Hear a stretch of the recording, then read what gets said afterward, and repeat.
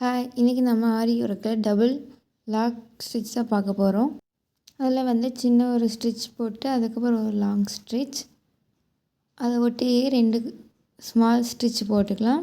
So போட்டதுக்கப்புறமா அதுக்கு முன்னாடி இருக்க ஸ்டிச்சில் வந்து நம்ம லாக் போட்டுக்கலாம். அதை தூக்கி விட்டு நம்ம இந்த சைடு நூல் விடணும். ஸோ ஒரு லாக் போட்டாச்சு, மறுபடியும் நம்ம இன்னொரு லாக் போடுறோம். ஸோ இந்த மாதிரி டபுள் ஸ்டிச்சு போட்டால் நமக்கு சீக்கிரம் கட் ஆகாமல் இருக்கும், இல்லை நாட் அவுறாமல் இருக்கும். ஸோ இதை வந்து ப்ராக்டிஸ் பண்ணி பாருங்கள்.